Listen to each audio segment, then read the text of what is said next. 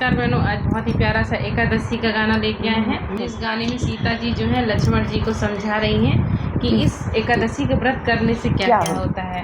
आइए, बड़ा ही सुंदर सा भजन है, आइए अपन लोग सुनते हैं और माता सीता क्या कहती हैं आप लोग सुनिए जरूर। बहुत ही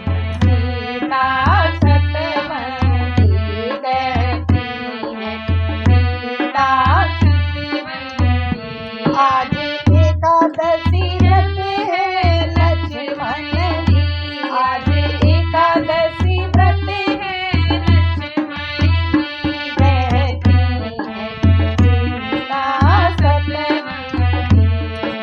गौवन की तुम सेवा कीजो, गौवन की तुम सेवा कीजो, दूध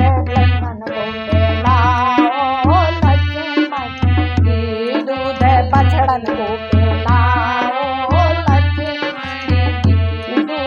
बछड़न को पिलाओ लक्ष्मण जी, दूध बछड़न को पिलाओ लक्ष्मण जी, आज एकादशी व्रत है लक्ष्मण जी, आज एकादशी व्रत है लक्ष्मण जी, एकादशी व्रत